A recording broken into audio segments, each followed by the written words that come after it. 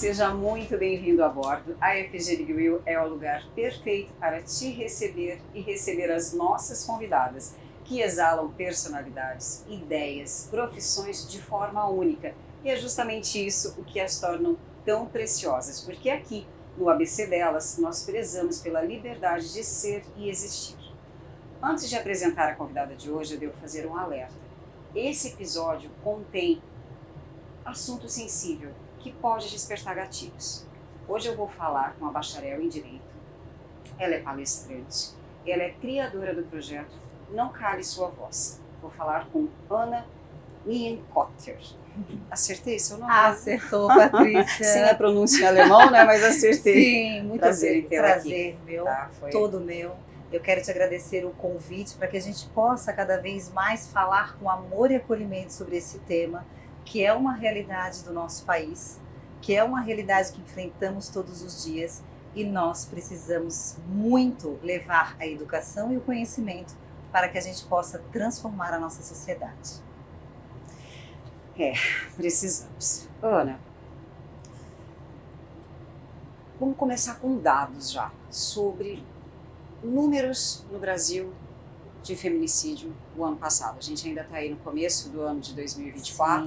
Sim. Podemos considerar, né? Abril, Sim, quarto sim, mês. sim. Então a gente tem os dados de 2023. Perfeito. O Fórum do Anuário de Segurança Pública, ele traz, isso está na internet para quem quiser verificar, eles fazem um levantamento do ano, do que houve de feminicídio no nosso país. E nós tivemos ano passado, olha só, Patrícia, 1.463 feminicídios no nosso país. Isso dá uma média, né, de 4 mulheres a cada 6 horas morreram por dia pelo simples fato de ser mulher. Se nós pegarmos, para teres uma ideia também, outro dado que eu posso trazer, né, a cada 10 mulheres que você conhece, 9 já sofreram ou sofrerão algum tipo de violência.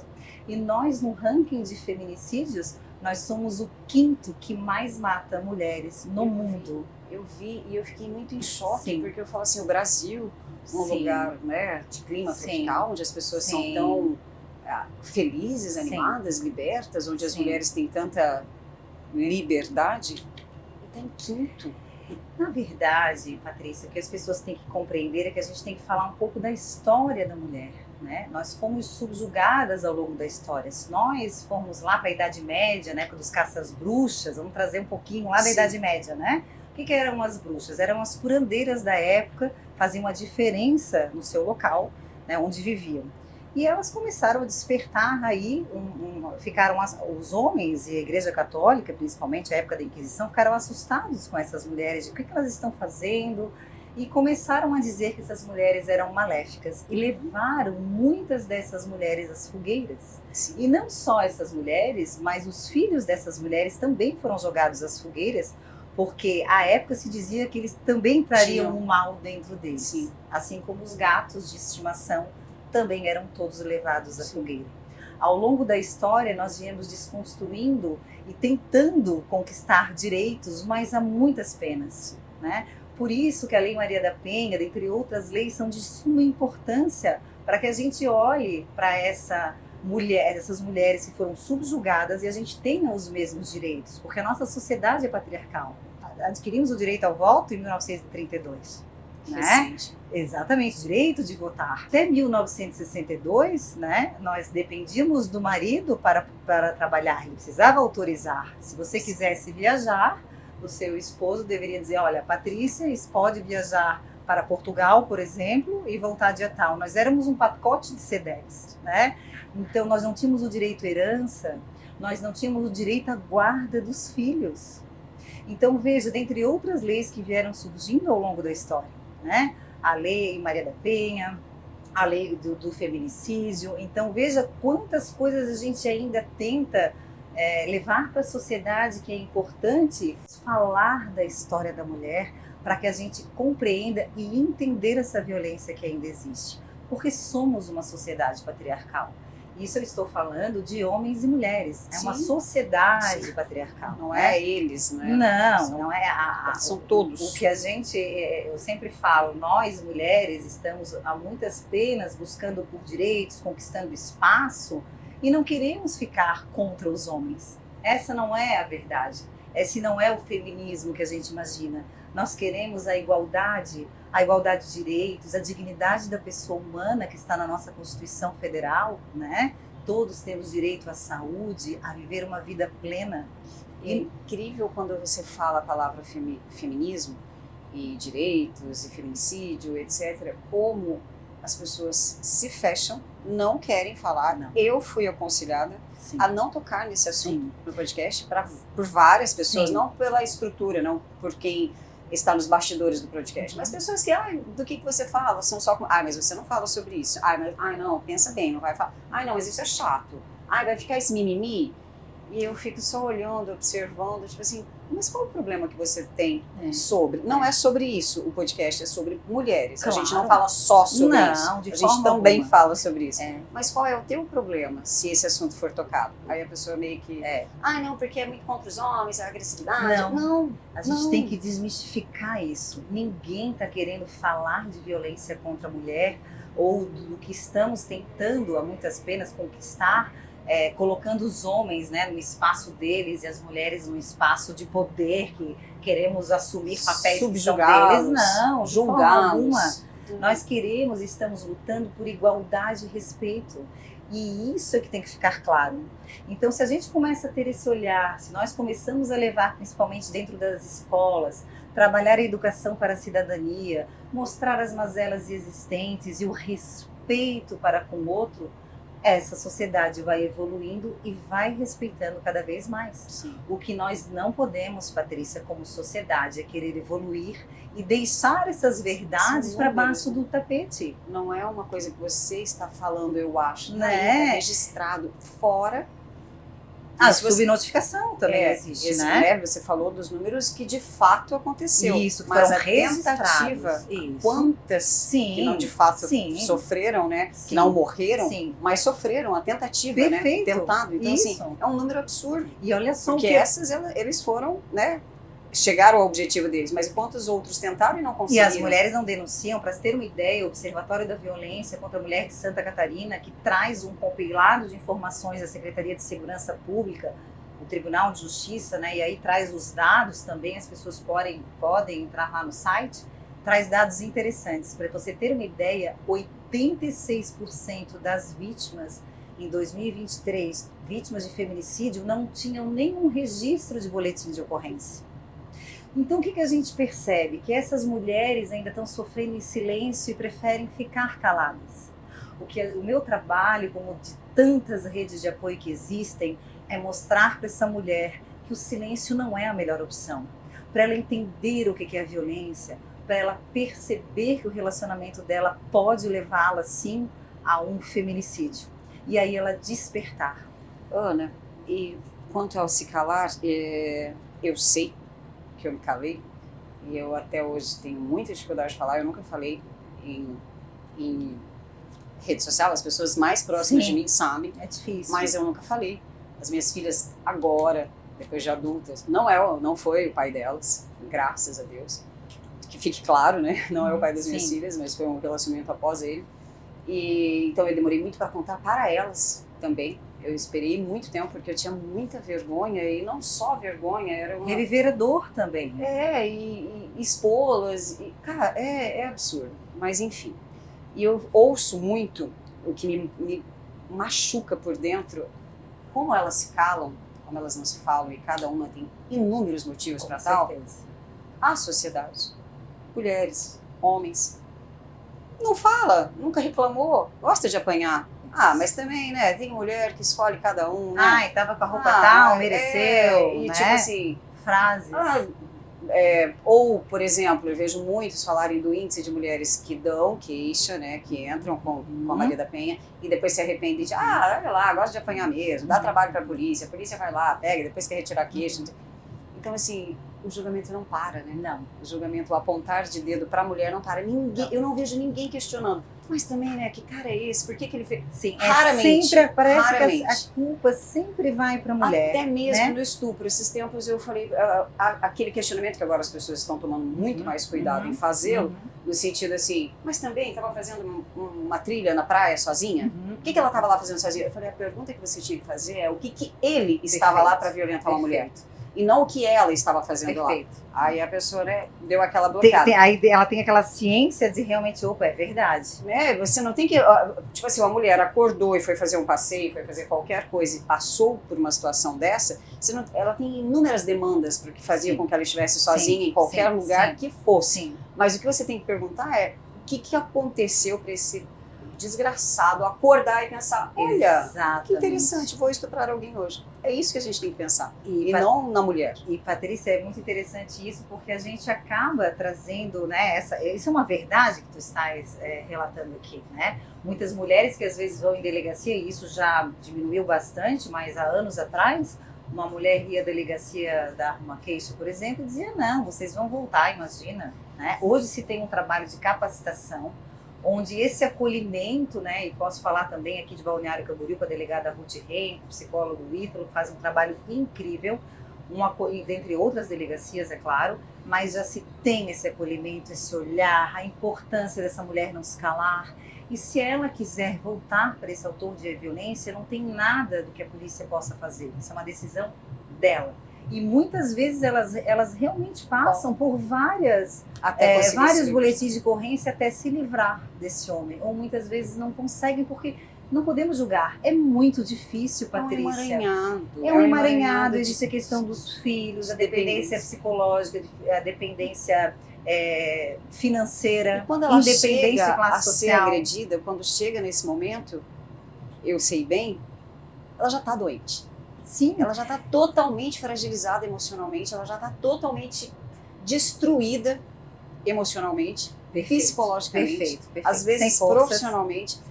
E ela está doente. Ela não é uma coisa assim, tipo, ai, que legal, eu quero estar com ele. É uma tô feliz. Sim, não, ela já tem, é como se fosse, eu me lembro perfeitamente quando eu cheguei na minha terapeuta, que eu, por Deus, né, por ser uma pessoa que hoje eu me admiro, mas antes eu ainda me autoflagelava, né? Tipo assim, sou burra. Eu era minha pior. Isso é bem natural. A minha pior julgadora. Mas eu me lembro bem que uma segunda-feira eu tive um processo, eu tive dengue.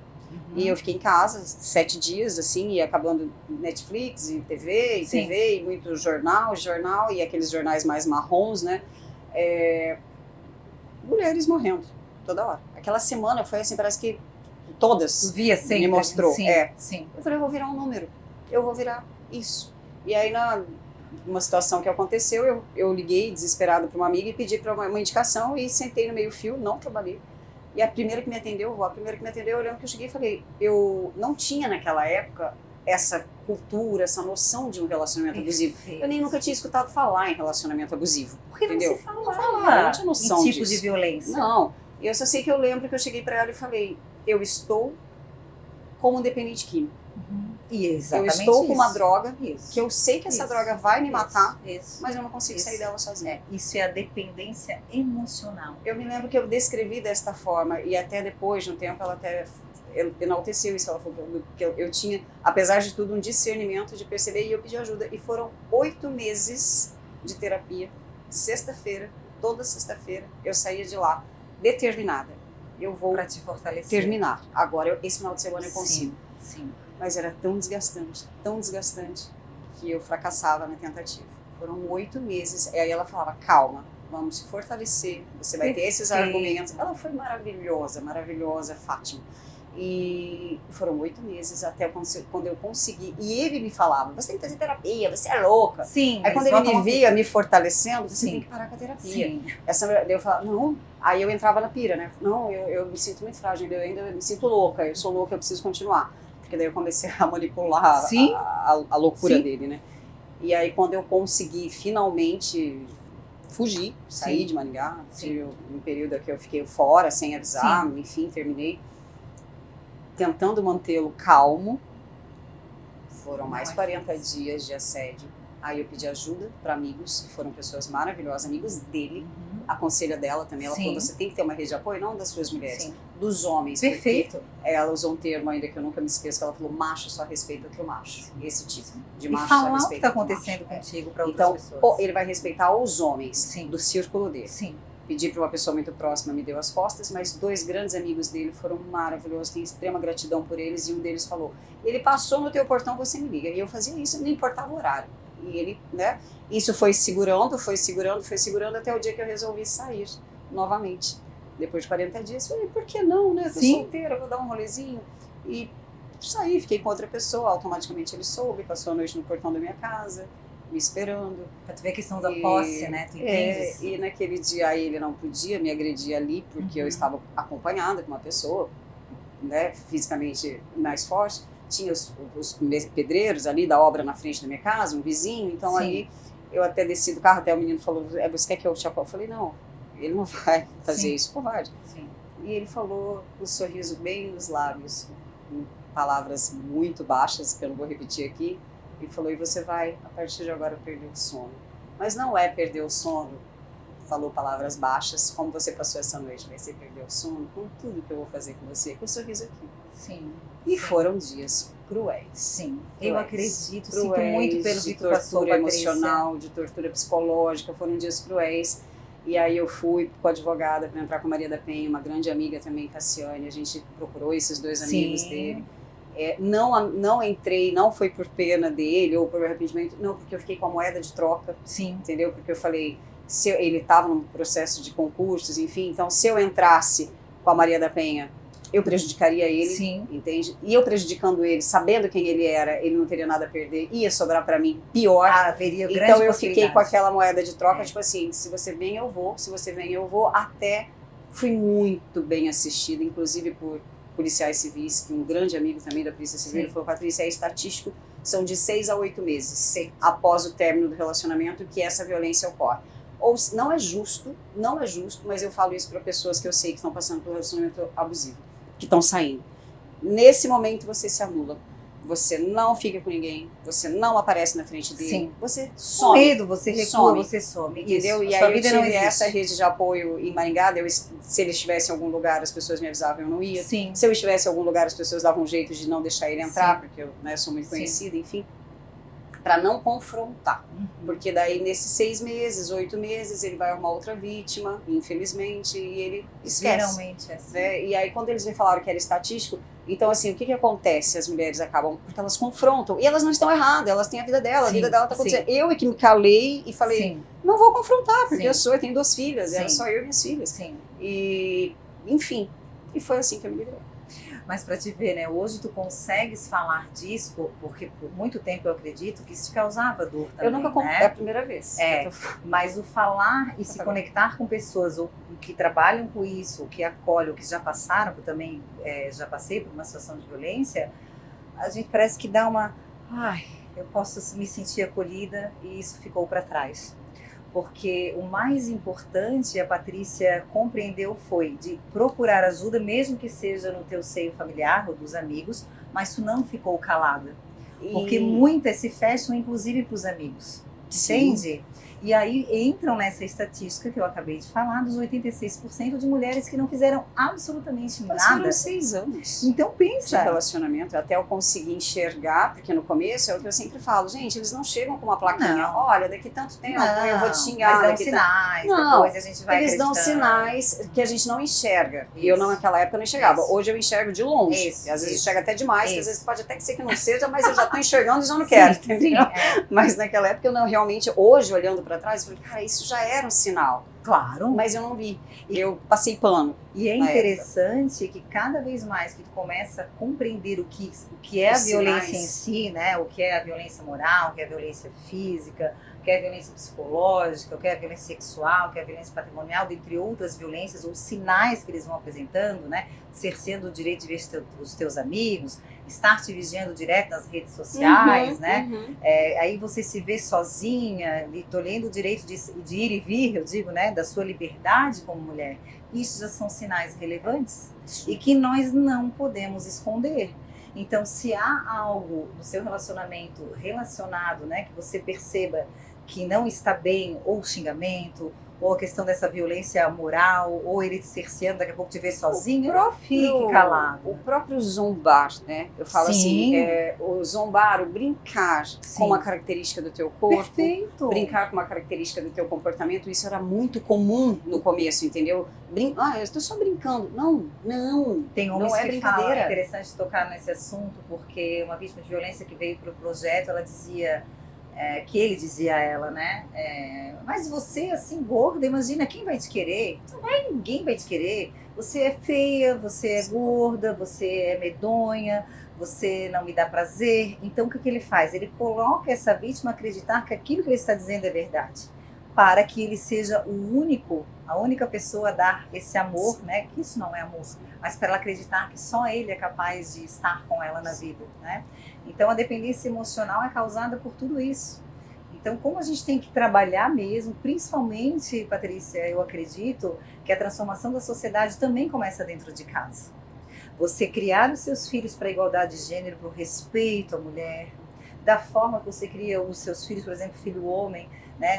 O homem não precisa ser fortaleza o tempo inteiro, né? A gente cria, o homem não chora, homem isso, homem aquilo, não. O homem, ele tem, ele precisa colocar as suas emoções para fora. Então, há muitos anos atrás, quando a minha mãe nos criou, existia muito isso dentro da minha casa, sim, né? Meus irmãos não podiam chorar, a menina era aquela que era mais cuidada, que não podia rejeitar a mulher nenhuma também. Então, assim, a gente percebe que isso vem evoluindo arrastadamente, mas já há uma preocupação de que forma nós estamos educando os nossos filhos, sim. Ana, falando do homem agora, né? Você me perguntava, conversando poucos dias atrás com um homem sobre relacionamento abusivo, sobre isso tudo, e aí ele levantou um questionamento ao qual eu nunca tinha pensado. Na hora eu até fui meio resistente ao questionamento dele, mas o ouvi com respeito e me peguei pensando.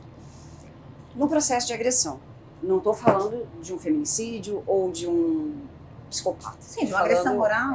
De um relacionamento abusivo nesse sentido. Que tem tudo então isso. há todo um cuidado com ela, com a mulher, para que ela saia desse relacionamento e que ela se trate, que ela se cure dessas feridas que esse relacionamento deixou. Que é uma vítima desse patriarcado e tudo mais. Perfeito. E ele, o questionamento que me foi feito, e eu não tenho escopo para falar sobre, mas você muito provavelmente terá, e esse homem que teoricamente não é um homem, uma pária da sociedade, digamos assim. Talvez ele também seja um fruto dessa sociedade patriarcal. Perfeito. E se ele não for tratado, ele vai reproduzir na próxima e na próxima. Existe algo, um projeto para esse homem aqui? Existe os grupos reflexivos. Esse homem, o autor da violência, né? Na Lei Maria da Penha, ela prevê os grupos reflexivos para os homens. Então, uma vez que ele fez alguma violência contra essa mulher, ele já é indicado direto para esses grupos reflexivos, onde ali ele vai trabalhar todas essas masculinidades. Inclusive, lá em Florianópolis, na Universidade Federal, nós temos aí pelo psicólogo Adriano Beiras, né, um psicólogo extremamente respeitado, fez um estudo maravilhoso, onde lá existe esse trabalho fantástico. Né? Só voltado para o homem. Só voltado para o homem. Esses autores da violência, geralmente, os juízes mandam eles fazerem esse acompanhamento lá nesse grupo reflexivo. Certo. E eu acredito também, essa é a minha visão, que a gente precisa trabalhar as masculinidades também em outros lugares, não somente para esse autor da violência, para que a gente possa ter a prevenção. Mais importante que você tratar um homem que fez a questão da violência é você prevenir para que esse homem não venha cometer essa violência. Então eu acredito que trabalhar dentro das escolas, mostrar a questão da masculinidade, desconstruir isso, não é desconstruir os homens. Sim. Porque todos temos um papel na sociedade. Que também é um preconceito sobre isso. Não. É mostrar dessa violência realmente existente. Que muitas vezes, para te ter ideia, o Adriano Beiras, fazendo parênteses aqui, numa palestra que eu assisti dele, ele disse o seguinte, que um dos autores de violência que chegou ao projeto veio com o seguinte relato.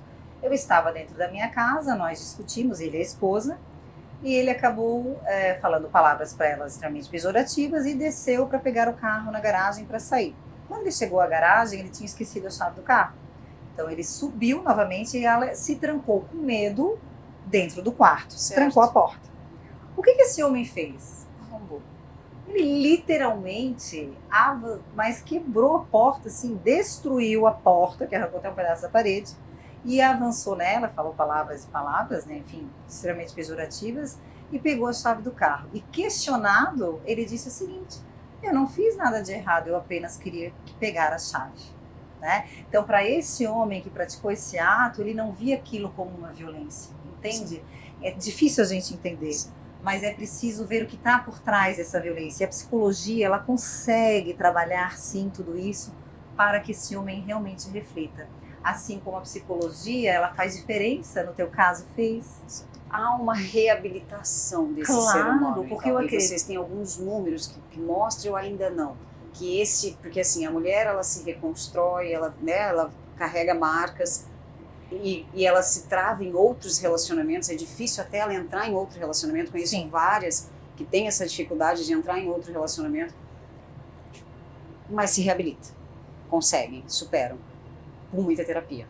E eles? Existe algum dado de algum homem que se recuperou e que ele conseguiu não ser mais? Ainda, eu vi a Luciana Fiala, que é uma juíza do Rio de Janeiro, uma vez falando que dos grupos reflexivos, né, que ela coordenava também lá no Tribunal de Justiça do Rio de Janeiro, ela viu uma diminuição de 7%, né, desses autores de violência de cometerem novos delitos, né? Então há uma redução.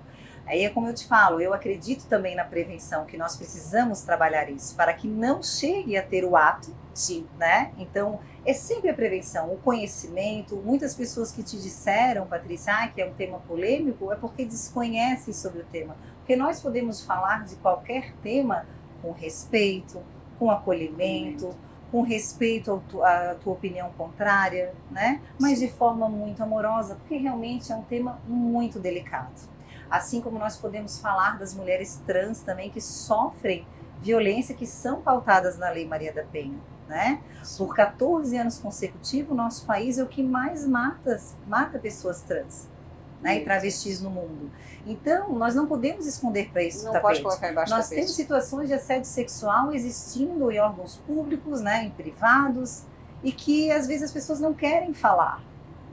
Eu tenho muita resistência ainda das palestras que eu ministro em algumas empresas de falar sobre assédio sexual. Não, esse tema não, vou mais para a igualdade de gênero, porque se falar pode realmente alguém contar que aconteceu. Exatamente. Mas esse é o objetivo. Nós precisamos acolher essa mulher dentro da empresa. Nós precisamos falar para ela se sentir acolhida, porque ela diminui. Essa frase, eu já escutei essa frase assim, agora tudo é assédio. Isso, exato. Então, assim, é difícil, mas é necessário. Né? Para você ter uma ideia, as mulheres que estão em relacionamentos abusivos ou que sofrem alguma violência, elas diminuem a capacidade laboral em até 40%. Então, veja, a violência ela irradia para os filhos também. Em 2021 foi feito um levantamento também pelo Fórum Brasileiro de Segurança Pública, onde foi identificado que 2.300 crianças e adolescentes ficaram órfãos porque suas mães foram assassinadas pelo crime de feminicídio. A pergunta é, olha o que irradia essa violência. Com quem que essas crianças estão? Né? Hoje existe já a lei que diz que essas crianças têm o direito a ter um valor aí pelo Estado para uma pensão, né? Tudo isso sendo visto da importância de acolher essa criança, mas se ela não tem um avô ou um tio ou um parente mais próximo, ela acaba numa casa de abrigo, né? E a importância de também a psicologia estar presente como esse cidadão vai se formar. Porque muitas vezes acaba replicando esses comportamentos. Não quer dizer que é de praxe, né? Mas não é uma regra. Não é uma regra, mas pode replicar comportamentos sim. Falando em família e adolescente, há essa preocupação sobre a questão do abuso, não agora, não numa situação de agressão a ponto do feminicídio, mas de abuso moral, abuso de autoridade na relação paterna com a filha. Porque tem pais que não há abuso sexual, não é sobre isso que eu estou falando, que né, isso nem se fala, é inadmissível, mas eu falo assim, não sobre o abuso sexual, mas o abuso no sentido de propriedade. Uma violência moral, né? Que esse pai é proprietário dessa menina e começa a cercá-la, podá-la de tudo, da roupa, a mesma coisa que o namorado faz. Sim. Existe algo também que trabalhe isso, que acolhe essas meninas, que chega um momento em que elas falam, gente, não dá mais para viver. Olha, é tão interessante, porque assim, de que forma que tu vai trabalhar isso, né? Nós temos que identificar que, por exemplo, a Lei Maria da Penha não está só prevista para relacionamento casal homem e mulher, né? Certo. Pode ser relacionamento homoafetivo, pode ser de pai para filha, uma violência de pai para filha, uma violência de um filho para uma mãe, isso também acontece, né? O que a gente precisa é entender e trabalhar cada vez mais dentro de casa e ter conversas francas. É que a gente tem uma dificuldade, a gente fala assim, não, meu pai é machista mesmo. Ah, não, é assim mesmo. E acaba não procurando até a psicologia, é por causa da idade. porque a gente perpetua como se fosse uma coisa natural. E na verdade não é. Nós precisamos aprender a conversar com os nossos filhos. Sim. Abertamente, olho no olho, explicar, e os nossos filhos também olharem para nós e dizerem, olha pai, não foi legal, não tá bem. E aí ter uma estrutura, claro, familiar, que possa acolher esse filho ou essa filha para dar uma ajuda psicológica, né? Claro, se houver uma violência física dentro de casa, um pai bater uma filha, alguma coisa nesse sentido, ou outras violências, a Lei Maria da Penha vai respaldar essa filha mulher, sem dúvida alguma. Ela está pautada na Lei Maria da Penha. Mas eu acredito que a conversa e a psicologia ela pode transformar para esse entendimento. Porque muitos homens não percebem tolher. Ah, não, isso é normal, porque eles perpetuam a educação que tiveram. Entende que é uma coisa natural? O próprio assédio, o assédio bobo, né? O assédio que não vai... eu falo que eu sou uma educadora o tempo todo. Eu tenho amigos homens que eu tive uma situação aqui, caminhando com um aluno, e já muito íntimo, então ele... liberdade para conversar com a professora, enfim, a gente caminhando. E eu nunca me esqueço dessa situação, porque eu falei, consegui transformá-lo um pouquinho. E a gente caminhando, e tinha uma moça muito bonita ali, tomando sol, deitadinha, né, olhando para o livro dela, tomando sol. Sim. E ele, obviamente, né, comentou sobre a moça e falou, se você não estivesse aqui, eu ia lá, Daí eu parei, fiz ele parar. Ótimo. Falei, olha direito para a moça. Ele olhou, uma gata, aquela coisa de homem, né, uma gata. Eu falei, certo, então, você acha que aquela moça realmente, ela está deitada ali, sozinha, lendo o livro dela, porque ela não tinha outra opção, ela não tinha com quem vir, ela não tinha opção, esperando o alecrim dourado chegar do lado dela e falar, olá, quero conversar com você. Não, ela está ali por opção, ela optou por estar na paz dela sozinha, quer estar ali. Lendo. Aí falou, mas assim também, vocês, mulheres, complica, a gente não pode chegar mais velho. Eu falei, não é sobre isso. E daí eu falei pra ele, se você chegar lá, ela vai se assustar. Eu, no lugar dela, quando acontece isso comigo, eu dou uma praia, se assusta. Eu seguro meu celular, né? Ou fico constrangida. Extremamente. Se eu for grosseira, ele pode ser agressivo. Se eu for simpática, ele vai interpretar que eu quero. E aí a gente fica naquela situação horrível, né? Aí ele falou, mas tudo é o Sérgio. Eu falei, cara, inverte a situação. Não vou chegar em mulher nenhuma mais. Eu falei, não, inverte. Se ela estiver sentada, tomando uma água de coco, tomando um drink, ela cruzou o olhar com você. Ela te deu a postura corporal. Diferente. Ela esboçou um sorriso. Isso. Você olhou para... Você pode ir lá. Isso. Você conversar, pode ir lá, né? Abordar. Agora a menina não tá nem te vendo. Exato. Ela tá olhando tá totalmente no mundo dela. Você vai chegar... Exato. Tipo, é assédio. É tão interessante isso que tu fala, Patrícia, porque me lembrou, né? Me remeteu a algo que aconteceu há uns 4 anos atrás. Eu com meu esposo aqui em Balneário Camboriú. E aí eu fui ao banheiro, ele me acompanhou no banheiro. E enquanto ele me esperava na saída do banheiro, ele percebeu o seguinte, que todas as mulheres que entravam ou saíam do banheiro, meu marido, saíam de forma de cabeça baixa, sem olhar para os lados. E ele ficou assustado, porque ele assim, eu não vou ficar puxando o cabelo da moça, como fazem, ou cheirando o cangote, mas era isso que elas estavam passando, né? Que elas estavam passando ali na situação. Homens que realmente queriam chegar e elas não queriam, só queriam ir no banheiro. Então a nossa postura como mulher, né? É de se encurvar já com medo que alguém chegue ou dizendo, né? De nos blindarmos. Mas nós temos que mudar a nossa postura. Sim. Nós temos que entrar e sair de qualquer lugar e nós temos que ser respeitadas. Sim. Nós não podemos mais aceitar essa condição de nós estarmos nos lugares e nós estarmos dessa forma que ele, como homem, percebeu. Então, que ali linda percepção dele, exato, né? Que linda olha só, dele. Né? Um homem com essa percepção. Então, o quanto a gente tem que entender que não é só falar de violência. É você estar em qualquer espaço da forma que você quiser estar, livre, com respeito, com dignidade. Né? E esse dia, esse meu amigo, ele parou e pensou, cara, você tem razão. Eu falei, óbvio que eu tenho razão. E é importante que a gente faça esse movimento. Eu sei que eu tenho razão. Porque assim, a gente não está aqui dizendo que todos os homens violentam mulheres, gente, não é isso. Não, jamais. Uma ínfima parte. Mas que a sociedade é patriarcal e é feita de homens e mulheres, que também existem mulheres com pensamento machistas. Muito. Né? Eu fui criada dessa forma, então eu tive que desconstruir muitas coisas ao longo da minha história e do conhecimento, para que eu pudesse também entender essa sociedade que eu faço parte. O seu projeto, Não Cale Sua Voz, de onde você se inspirou?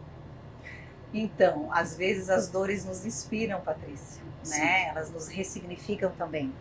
Há muitos anos atrás eu fui vítima de violência de um relacionamento, né? Não do pai do meu filho, mas de um namorado que eu tive. E sofri 5 horas de tortura dentro do meu apartamento, enfim. Gritava por socorro e ninguém me ajudou. Ninguém chamou a polícia. Aí eu chamei uma amiga minha, né, ninguém chamou. Como a gente precisa, assim, você tem a obrigatoriedade de ligar para o 190. E à época eu me calei na minha dor, dividi com a minha família, dividi com os amigos e não quis fazer a denúncia. Por tudo que as mulheres passam. Sim. Por medo, por vergonha, por julgamento, né? Ai, por deixá-lo ainda mais nervoso, ele vem com mais força. Isso, então assim, era muito complicado ainda para mim. E aí, depois de 2 anos, eu disse, aquela dor, porque assim, você revive, né? Eu revivia muito aquela dor daquele dia que foi muito pesado para mim. E aí, fazendo a faculdade de Direito, eu disse, meu Deus, eu preciso fazer algo para ajudar as mulheres. Comecei a estudar a Lei Maria da Penha e foi daí que eu desenvolvi o projeto que iniciou com um vídeo com 3 relatos de mulheres que passaram por situações de violência e que reverberou na Câmara de Vereadores de Camboriú e no Tribunal de Justiça. Depois esse vídeo começou a passar em várias escolas de direito, né, trazendo o direito de família, também assim a violência contra a mulher sendo discutida dentro da universidade. E isso começou a tomar uma proporção maior. Eu disse, não, eu preciso fazer mais, eu preciso fazer uma palestra sobre o tema para poder levar o conhecimento que a gente precisa desconstruir isso. Aí eu fiz uma palestra chamada Violência contra a Mulher e a Sociedade Patriarcal em pleno século XXI. Não satisfeita ainda, eu disse, eu quero ir além. Aí eu disse, eu preciso ajudar as mulheres, não só impactar. E foi aí que eu criei uma outra parte do projeto, que é psicólogos e psicólogas que se queiram se cadastrar ao Não Cale a Sua Voz e atender de forma voluntária. Eu chamei alguns, e iniciou, para atender de forma online essas mulheres que estariam passando por relacionamentos abusivos. Por quê? Porque eu percebi que no município há uma lacuna, às vezes, dos atendimentos em que limitava para essas mulheres o atendimento em até 8 consultas. E quem tem que dizer que quando e como parar que você está bem, você pode seguir a sua vida, é o próprio psicólogo. É ele que detém quando que você, Patrícia, vai estar bem para gerir sobre a sua vida. E muitas mulheres ficavam nesse limbo, digamos assim, ou voltando para o autor da violência, sem amparo psicológico. Então, o projeto Não Cale a Sua Voz hoje tem 5 psicólogas que ajudam mulheres independentes de classe social. Inclusive, tem mulheres sendo ajudadas no Rio de Janeiro, né? Porque a questão online, ela é fantástica, né? E eu pensei nisso porque muitas mulheres não têm condições também de pagar para ir nessas casas que dão esse atendimento, né? Porque não tem o dinheiro. E se elas estão dentro do relacionamento ainda, elas não têm nem como justificar estar fora de casa. Perfeito. Se elas têm online, elas conseguem... De alguma forma. Estou dentro de casa, o agressor saiu, ela consegue... De algum momento teve mulheres já que foram atendidas dentro do carro. Né? Tem situações de mulheres que estavam no projeto 1 ano e meio. Olha só como é difícil, gente. 17 anos de relacionamento essa pessoa, 1 ano e meio sendo acolhida pelo projeto Não Cale a Sua Voz. Depois de 1 ano e meio que ela conseguiu fazer a denúncia, hoje ela está morando em outra cidade, foi para uma casa de acolhimento, né? Porque essa mulher, ela sofria realmente situações de que ele dizia que ia matá-la, ela dormia com um travesseiro, com um revólver embaixo do travesseiro dela. Uma mulher classe média, moradora de Balneário Camboriú. Essa é a realidade de muitas mulheres. Sim. E nós precisamos dizer que isso acontece de uma forma amorosa, com calma, com muito respeito, para que todos entendam o motivo de nós estarmos aqui, trazendo isso. Porque nós não queremos que mais mulheres venham a morrer pelo simples fato de ser mulher. E não queremos demonizar os homens. Não existe assim, um ódio mortal na sociedade, onde quer dividir e segregar. Não, porque as mulheres querem, né? Não, não é isso. Jamais. Né? Tudo que é extremo não é bom. Somos filhas, temos pai, claro. temos tios, temos, né? No momento estou solteira, mas enfim, temos amigos, assim como pessoas que amamos. Claro, e assim como, só fazendo outro recorte, assim como as mulheres negras, que são as que mais sofrem violência pela questão socioeconômica, além do racismo que nós temos no nosso país, elas são as que mais sofrem. Isso é uma realidade. Nós precisamos trabalhar essas mazelas existentes desde a escola, desde lá primeiro grau, segundo grau, para que esse adolescente possa compreender tudo que existe na sociedade para que ele possa fazer diferente, para que ele possa respeitar, não perpetuar o machismo. E isso reproduzir, né, comportamento. E isso é um dever de todos nós, cidadãos.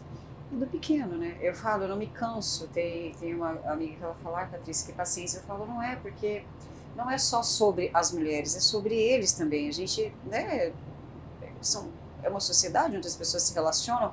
Então, assim, cada um que eu posso plantar uma sementinha, Patrícia, com bastante paciência. Essa semana mesmo no toque, a pessoa tava, cara, eu não tenho intimidade, tá me pegando. Eu falo, olha, está me incomodando. Eu entendo que é o seu jeito. Existem pessoas que são sinestésicas, mas está me invadindo. Pode parar? Né? Parou, entendeu? Eu falei assim, então assim, há uma barreira onde as pessoas precisam, eu não vou te denunciar, não vamos chegar tanto, mas dá para entender que, tipo assim, não precisa. Eu entendo que tem pessoas que são mais táteis, que pegam mais e tal, mas não precisa. Não. Entende? Se tá tudo bem para você eu ficar te pegando, tá tudo bem, não tem problema. Mas, né, você puxa uma vez, você puxa outra, e a pessoa não para, aí eu falei, não, agora eu vou me sentindo, né? E foi porque já teve situações e eu não consegui, ainda muito mais jovem, de achar que a responsabilidade era minha, porque eu tava com short curto, porque eu tava muito decotada, porque eu tava, né? Hoje não, hoje eu falo, não, gente, respeito. Hoje nós temos aí nas baladas, bares e restaurantes e tal, né, a questão do protocolo não se cale, para que seja instituído. Como está funcionando isso aqui? Então, na verdade isso até o presidente assinou para ser uma lei, né, federal. Isso está iniciando, já tem alguns bares e restaurantes que eles falam da importância de tratar sobre o tema, mas eu acredito que ainda falta unir, porque não é uma obrigatoriedade, tá? Unir todos esses bares e restaurantes para que possa demonstrar a importância de fato de implementar isso. Porque eu vi duas coisas. Nos hotéis também, que eu também acho, não é só em bares e restaurantes, em academias. Podemos botar os QR Codes também de onde essas mulheres podem encontrar ajuda. Porque eu vi que tem um sinal, né, que elas fazem. Isso. Mas o abusador também sabe desse sinal, porque está sendo amplamente divulgado. Como é que funciona, para tu entender? Uma mulher que passa uma situação de violência ou que alguém que trabalhe no bar, no restaurante ou nessa balada perceba que aquela mulher está sendo incomodada, ele vai perguntar se ela está precisando de ajuda. E se ela disser que houve alguma coisa, ele já tem o quê? Primeiro acolher essa vítima e preservar o nome dela. Certo. Isso é uma obrigatoriedade. Depois fazer uma ata e relatar o que aconteceu e fazer com que essa mulher tenha todo o sigilo do que está acontecendo. Entendi. Informar as autoridades do que houve, que a palavra da vítima é de suma importância. O que nós percebemos? Que há um tempo atrás, a gente falava, né, a vítima sofria alguma violência dentro de um restaurante e falava o nome dessa mulher. Saía aí, a fulana tal, a Mariana Ferrer foi uma, né, que virou até uma lei, que aconteceu lá numa balada de Florianópolis, onde ela sofreu a violência e o nome dela é que é falado, virou até lei. Mas o nome do autor da violência ninguém sabe.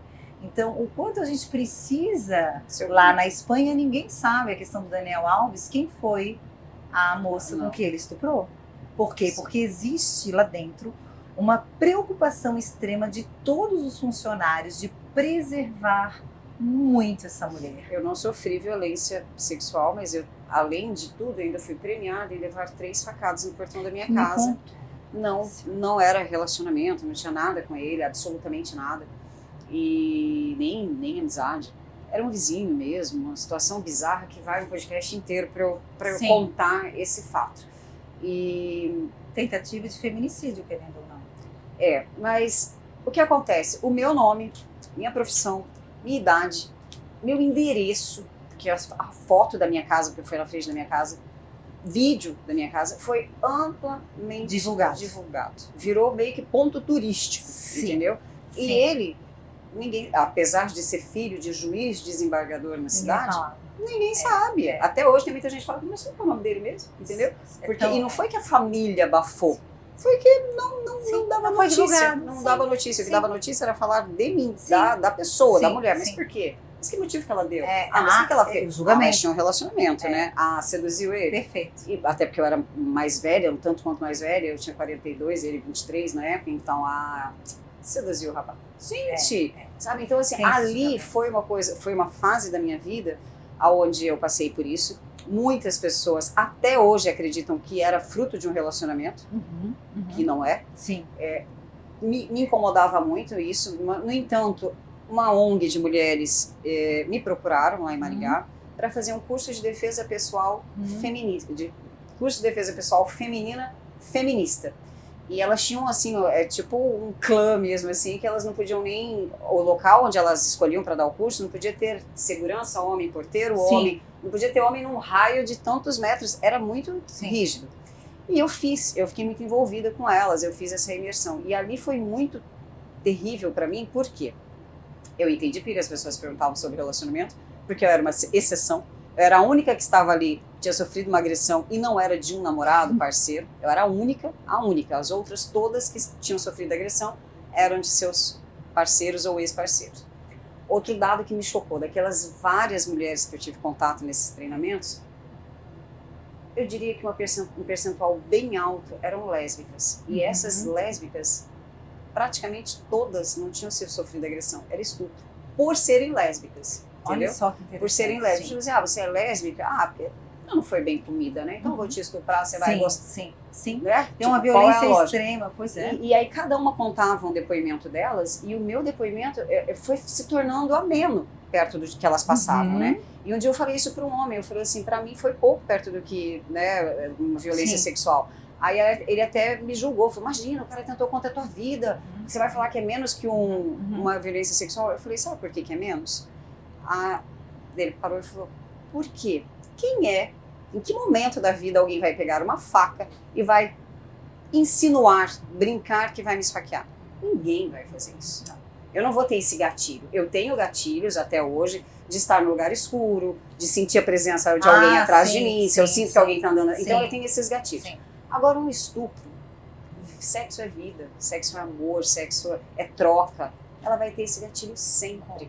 Toda vez que ela tiver um momento mais íntimo com o parceiro dela e ele fizer um ato um pouco mais empolgado, um pouco mais forte, um puxão de cabelo, vai dar o gatilho, porque eu sinto esse gatilho de abrir o portão para pegar uma pizza, me volta aquilo assim, é como se fosse reviver. Demorou um tempão para eu conseguir abrir o portão e para pedir, tanto que eu mudei da casa, porque eu precisava de um porteiro para poder pegar a pizza do motoboy, porque foi isso que aconteceu, eu abri o portão e ele me esfaqueou. Agora você imagina, aí ele parou e pensou, verdade, então o meu trauma eu consigo lidar muito melhor até do que uma violência sexual. É muito difícil. A violência sexual no ano de 2023 aumentou significativamente os estupros no nosso país, né? E aí nós temos que levar em consideração que teve muito a questão do estupro de vulnerável também, meninas, né? Ou mulheres aí em vulnerabilidade, ou tinham bebido um pouco, então homens que estupraram. Existe também o estupro marital, que mesmo você casada, se o não da mulher, se não é não. O homem que tenta forçar é um estupro também. Não é porque eu tenho um namorado e sou casada que isso também não pode ser um estupro. As pessoas têm que entender também, né? Então nós precisamos falar sobre isso. Se uma mulher diz a você que não quer, independente se ela é sua namorada, se ela é casada, é não. Então o respeito acima de tudo. Nós precisamos trazer isso novamente para a sociedade. Urge o nosso tempo de nós lutarmos por igualdade de gênero. Urge o nosso tempo de nós trazermos essa dor e transformarmos, né, essa dor em respeito, em dignidade e um futuro melhor para todos nós, como sociedade. A gente está caminhando, né? Passinhos por passinhos. Ana, tem um momento aqui que a gente pega as perguntas lá de fora, pergunta para ela. Que legal. E aí a gente compartilha com você aqui a pergunta da nossa seguidora, do nosso seguidor, não são só mulheres, tanto do canal do YouTube quanto do Instagram. Então nós vamos começar aqui com a Márcia, vou mostrar para você que ela é sua colega, inclusive. E pergunto então à doutora Ana, qual vai fazer esse podcast, se ela entende se a violência doméstica ela se dá por razões culturais, além de sociais, e se dessa forma ela verifica se diferentes regiões do nosso Brasil, por exemplo, ou até do nosso próprio estado, entre litoral ou, por exemplo, oeste, há diferença do tipo de crime e se o número é maior, ou se ele é mais velado, por exemplo, no litoral, seja, por exemplo, a Balneário Camboriú, ou no oeste, que é mais interior, pela situação realmente social até, inclusive.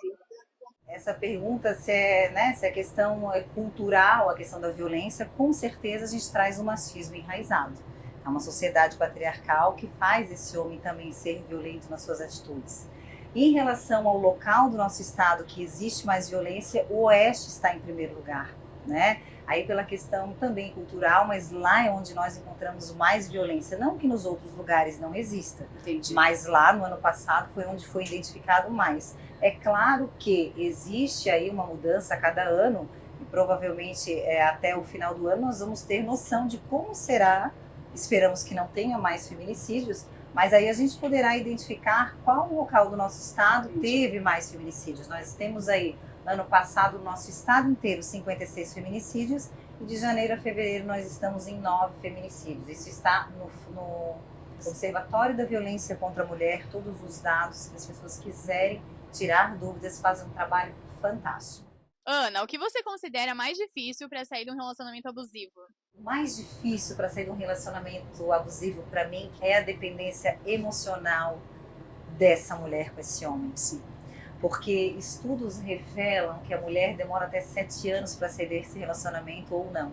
Para te ter uma ideia, é interessante eu trazer também isso aqui, que numa casa de acolhimento que eu atendo em Florianópolis, onde mulheres são retiradas do lar por quase sofrerem feminicídio, teve mulheres que sofreram a questão da violência física, moral, dentre outras, né? Inclusive, esse caso específico, o autor da violência pegou um cachorro e fez com que o cachorro mordesse ela inteira. Fui fazer uma roda de conversa lá.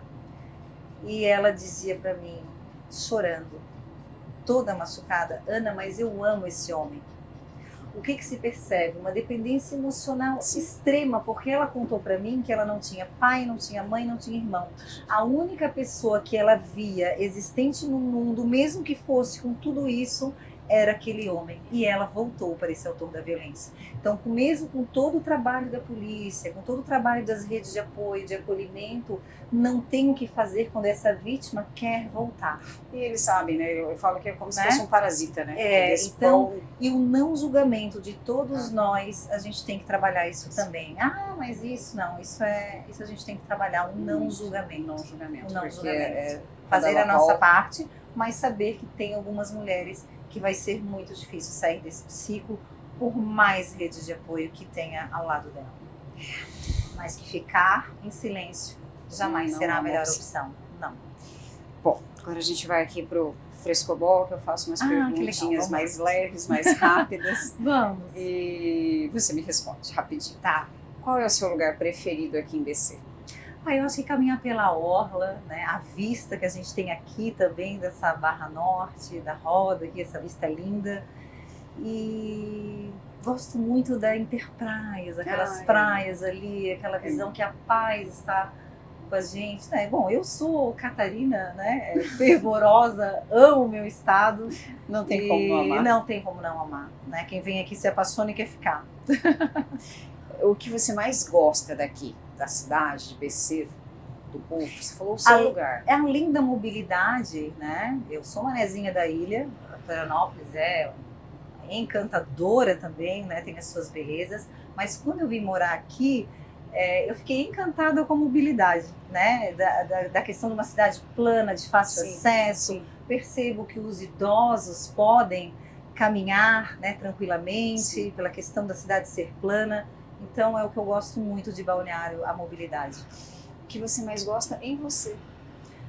Eu acho que é o meu acolhimento para com as pessoas, né? Eu acho que o meu pai e minha mãe despertaram muito isso em mim, o olhar para o outro, né? Claro que foi um exercício com a minha maturidade do não julgar, porque a gente nós somos uma sociedade que nós julgamos. Mas se alguém vem com uma dor, que eu possa escutar e abraçar e acolher. Eu acho que é isso que eu gosto em mim. Acho que é por isso que eu escolhi trabalhar também com mulheres. Sim. E o que você não gosta em você? Eu sou muito impulsiva muitas vezes. Em alguns momentos eu sou muito impulsiva, isso eu não gosto. Eu gostaria de trabalhar, e tenho trabalhado mais a minha racionalidade. O teu lado sentimental muitas vezes faz com que tu tenha impulsividade em algumas situações. Isso me incomoda um pouco. Eu já melhorei, mas estou em exercício diário, tá? Confesso. E o que te faz chorar? As mazelas que acontecem, mulheres que ainda precisam pedir por respeito, mulheres que ainda são silenciadas nos espaços de fala, esse ódio mortal existente na sociedade, de que as pessoas não possam simplesmente colocar a sua opinião, é isso que realmente me faz chorar. E o que te faz sorrir? Família. Uma mulher que te inspira. Além da minha mãe, né, eu acho... A minha mãe foi para mim, só para vocês entenderem, que é muito piegas falar da mãe, né, mas ela foi para mim uma inspiradora em todos os sentidos.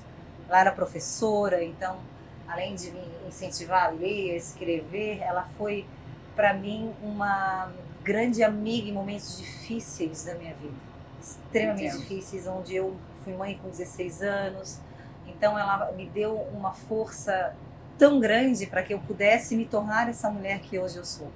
Então acho que eu vou trazer somente a minha mãe, com certeza a minha mãe.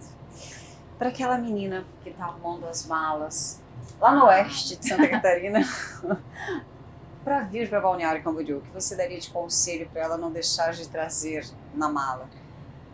Olha, não é fácil mudar de cidade, né? Eu também vim, querendo ou não, de Florianópolis para cá. Você vem cheio de questionamentos, de que forma que eu vou ser recebida, né? Isso é natural. Eu vou ter que, a cada dia, trabalhar também as amizades. Será que eu vou ter amigos? Sim. Será que não? Será que eu vou ser julgada por ser de outra cidade? Tudo isso vem na mala contigo. Mas o que não pode faltar é coragem, resiliência e principalmente saber a pessoa que você é. Pois se você sabe quem você é, por mais julgamentos que você tenha, você consegue seguir. Você saber quem você é no mundo, acho que é o mais importante.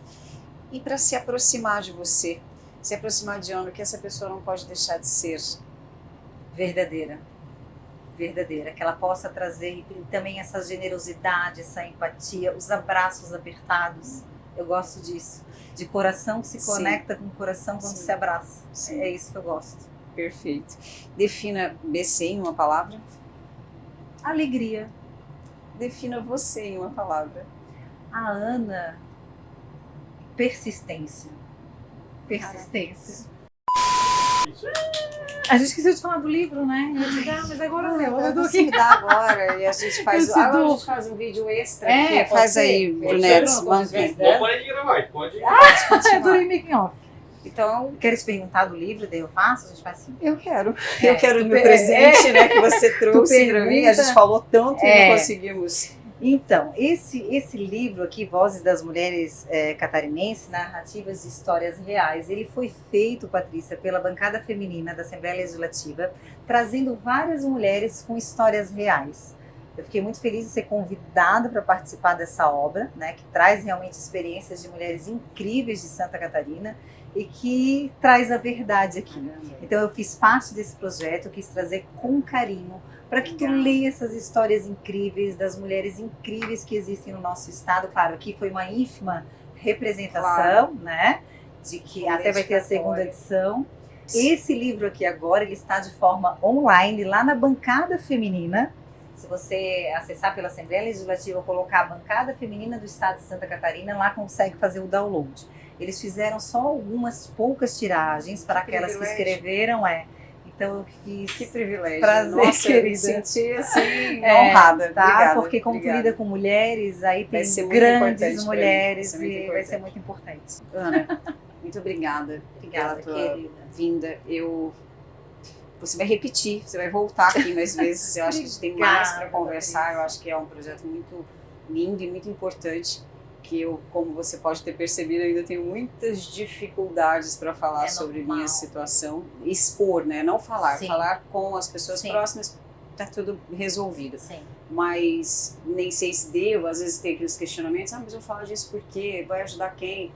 Mas, enfim, acho necessário. Muitas mulheres. Porque às vezes as pessoas nos veem e acham que é tão fácil E aí ela pensa, poxa, se ela conseguiu sair Com disso, se ela certeza. passou por isso, hoje não é que eu gosto quando eu vejo uma mulher forte, poderosa passar por isso. Não é isso. Não me entendam mal. Mas me acalenta que eu falo, não sou só eu, se essa mulher maravilhosa também passou por isso, eu também sou Vai maravilhosa. passar. Então eu, Vou tipo assim, conseguir. me dá força quando eu ouço Perfeito. outras mulheres falarem, então acho que foi um pouco isso que eu quis expor um pouquinho só. E quando a gente fala, né, quando a gente traz a nossa verdade lá da alma, a Sim. gente se ressignifica mais um pouco, fica Sim. mais forte. Sim. Porque a tua luz transborda para fora e ajuda outras mulheres. É isso. Gratidão por ser luz também. Obrigada. Sinto muito pelo que tu passou, mas saiba que juntas somos mais fortes. Somos muito, sempre. muito. Estamos juntas agora. Estamos juntas. A ABC sempre. delas nos selou aqui. Obrigada, Patrícia. Agradecer agora a você, a sua presença que está aí, reforçar, não cale sua voz. Sinta-se à vontade em me chamar para conversar, me chamar a Ana para conversar no privado. Nossas conversas nunca serão expostas. Se você tiver essa necessidade de falar com uma de nós duas, de desabafar, de só ouvir um conselho amigo, saiba que estamos à sua disposição. Agradecemos FG Big Wheel, que nos proporciona Essa vista linda essa de experiência BC. maravilhosa a 82 metros de altura. Agradecer nossos parceiros, Nobir, Anitta Voss, que me veste tão bem. A você que está aí assistindo, não deixe de curtir, compartilhe, siga o canal, manda esse vídeo para aquela amiga que você desconfia ou até tem certeza que está passando por uma situação abusiva. E até a próxima. Beijo.